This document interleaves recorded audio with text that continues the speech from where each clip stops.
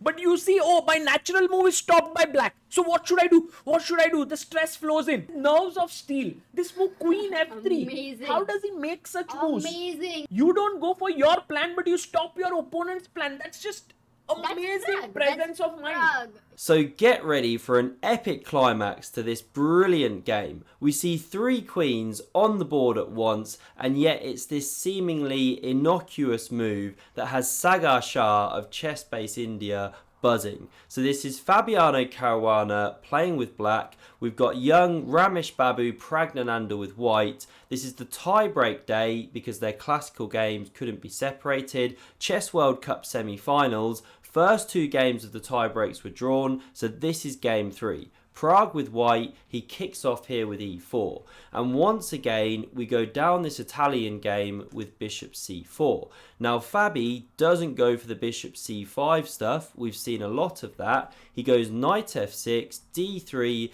and bishop e7. Slightly more modest setup, but very solid. We get castles, both players getting kings to safety. And now, no pawn c3 stuff, we see so much of that, but instead, knight c3. And check out this position after d6. I mean, if you walk around any kind of junior chess tournament, you're going to see this position on like 90% of the boards, right?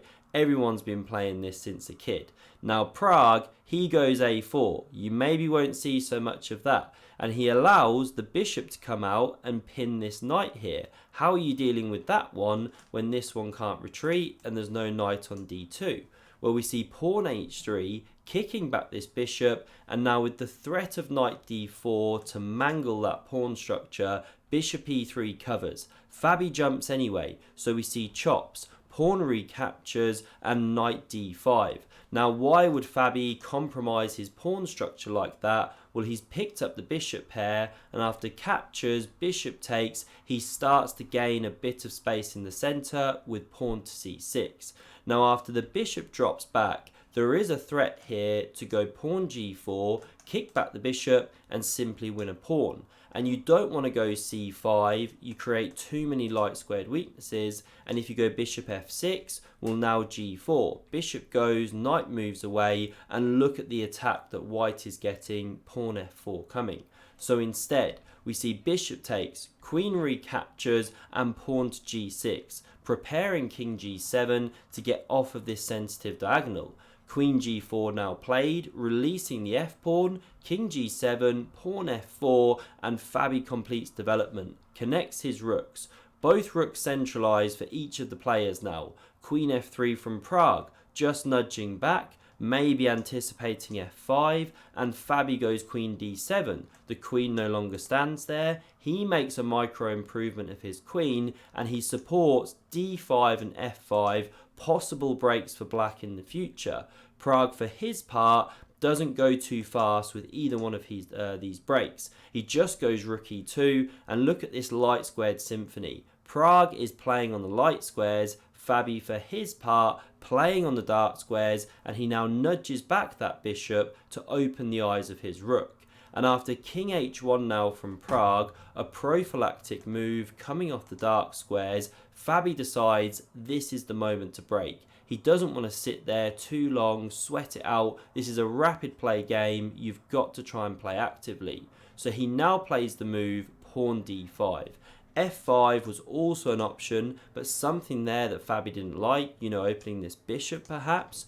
So he goes for this one, but after Pragg takes, this is a pawn sacrifice. Because if you recapture, then white can take here, rook recaptures, and this one simply drops in the centre. And coming back here, if first you take, queen takes, and then you try and recapture the pawn, well, now there's this check, the bishop can block, and still the pawn in the centre drops. So with a pawn definitely dropping off the board, Fabi gives it like this, and it is the best way. So he plays rook e8, and now Pragg flicks in this move of pawn takes on c6. So he's hitting this queen, ready to capture if black takes here.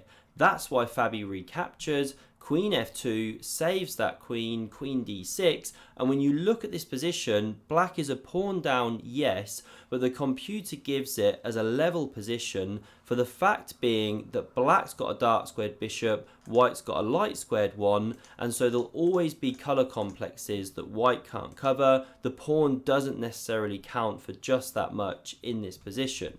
G3 now played by Pragg, covering some dark squares. We get rook e3 from Fabi, invading. Rook e1 challenges. We get bishop b6, supporting that rook through the pawn. King g2, queen f6, bishop c4, a5 now played, and after queen f1, Fabi is in some trouble here if he doesn't recognise Pragg's plan, and he fails to do so. Because if you imagine a situation where you take pawn recaptures, but then go c3, d4 and block out this bishop, well, the pawn could be dropping. So how should black play against that? Well, queen e7 is one option, or h5, h4, rip open some dark squares on the light against the white player and create counterplay. But what Fabi does is bishop c5, and he just starts drifting, because now you can take pawn recaptures and c3 prepares to lock out that bishop. So the bishop drops back preemptively, but Fabi's just wasted two tempos. Queen f3 now played, queen e7 and king f1. Look at the light squared control. Bishop a7, Fabi's thrashing. The king comes to e2, and after queen b7, threatening to take on b2, Pragg simply defends. We get queen e7, pawn d4, and c5 is a desperate attempt, but shut out with pawn d5. This one's about to drop. Bishop b8 and Pragg captures here. He's now 2 pawns to the good against the world number 2. We see queen f8 played. Fabi cannot let the queens come off the board. Bishop b5, more play on the light squares. Now bishop c7, king d3, and watch how it marches in. You can see its path. All of these pawns are tender. Bishop d6 played, queen e4, and look at the kind of rock solid cemento position on the light squares. Beautiful stuff. And finally Fabi tries to initiate some counterplay, break up this pawn phalanx. We see takes on g5, queen f1 check, and this is kind of a funny moment, because if you couldn't intervene with queen d3, you'd actually be checkmated. You know, if you did this, that's actually literally a checkmate. Really awkward position of the king. But Pragg's got queen d3, so he covers. Here Fabi wins a pawn. King b5 carries on the march, and we don't see this bishop cover, or else the pawn pushes on, bishop d8, but now this one drops. You know, so many problems with these weak pawns. So instead, we see counterplay from Fabi, queen g4, the pawn drops, this pawn drops, king b5, and Fabi hoovers up the final kingside pawn, trying to get his own ones running for counterplay down here. a5, bishop d6, pawn a6 played, queen e7, and now this is the moment where Sagar Shah is just singing the praises of Praggnanandhaa. Check out this clip. And now look, he's coming in here. So Pragg has to be very careful. This is where nerves come in, guys. This is where you know you are winning as white. But you see, oh, my natural move is stopped by black. So what should I do? What should I do? The stress flows in. King b6, it feels like. King but b6 then there is check, Amruta. Yeah. Yeah, that's what we shouldn't do. And Pragg has nerves of steel. This move, queen f3. Amazing. How does he make such moves? Amazing. He stopped h5. He's going to go queen Exactly. f5, queen c8. No, but Amruta, how do you make a move like queen f3 it's because- where you don't go for your plan, but you stop your opponent's plan? That's just That's amazing Pragg. presence That's of mind. Pragg. Yeah, in 20 seconds he's able to find these moves. So Pragg, not worried about his own play for just a moment, has the presence of mind to go queen f3, just keeping an eye on some light squares, stopping the counterplay.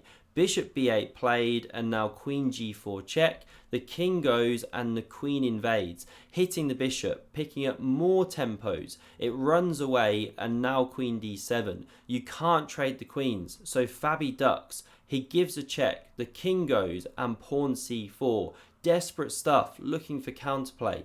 b4, queen e3 check, king b5 is completely lost for black, but can Pragg hold his composure? We see queen takes, a7, queen d3, threatening the discovery, but still the queen is made. 3 queens on the board. We get c3, discovered check, king b6, check, but it runs away onto the light squares once again. I mean, look at that. That tells a picture. Now c2, but check. The king goes, and after this check, Fabiano Caruana resigns. Wherever he goes with the king, this is the checkmate on the next move using either one of the queens. It's game over. So Fabi was in a must-win situation for game 4 of the tiebreak. He tried, he thrashed, he threw everything at Pragg, the kitchen sink, but could not break through. The 18-year-old Pragg held firm, and he's now booked himself a spot in the final with Magnus Carlsen, world number 1. Mouth-watering encounter, the young generation versus the old generation, right? Can't wait for that one. Great game, I hope you enjoyed. Do hit subscribe if you did, and like button to help me out, and see another epic game of chess. Check out the video on screen. Thanks very much for watching, and see you soon.